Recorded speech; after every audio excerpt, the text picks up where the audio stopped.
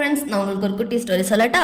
ஒரு நாள் doctor எமட்டோன்ற Japanese scientist அவரோட எக்ஸ்பெரிமெண்ட்டுக்காக ஸ்டூடெண்ட்ஸ் கிட்ட போறாரு. அப்போ அவர் ஸ்டூடெண்ட்ஸ் டீம் 1 டீம் 2 பிரிக்கிறாரு. டீம் 1 ஸ்டூடெண்ட்ஸ் கிட்ட ஒரு வாட்டர் பாட்டில் கொடுத்து இதை பார்த்து நீங்க பாசிட்டிவா மட்டும் பேசுங்கன்னு சொல்றாரு. Like I love you, thank you, நீ ரொம்ப அழகா இருக்கிற, நீ ரொம்ப இன்டெலிஜென்ட், உன்னால முடியும், இப்படிப்பட்ட வார்த்தைகளை மட்டும் பேசுங்கன்னு சொல்றாரு.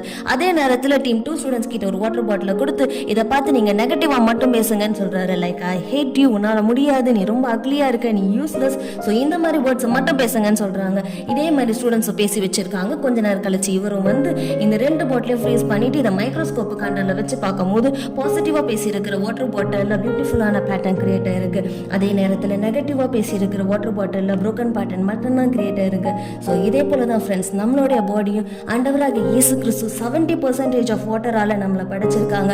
அப்ப நீங்க இமேஜின் பண்ணி பாருங்களேன், நம்ம அனுதினமும் பேசிக்கிற வார்த்தையினால, நம்ம கன்ஃபர்ஸ் பண்ணிக்கிற ஒவ்வொரு வேர்ட்ஸால நம்மளோட ஹார்ட்டை, நம்மளோட மைண்டை எந்த அளவு பாதிப்புகள் ஆகுகிறதுன்னு பாருங்களேன். இதேதான் நீதிமொழிகள் 18:21 சொல்லுகிறது, மரணமும் ஜீவனும் நாவின் அதிகாரத்தில் இருக்கிறது, அதில் பிரியப்படுகிறவன் அதன் கனியை புசிப்பான். ஸோ ஃப்ரெண்ட்ஸ், நம்ம வேர்ட்ஸ்ல நம்ம ரொம்ப கேர்ஃபுல்லா இருக்கணும் ஃப்ரெண்ட்ஸ்.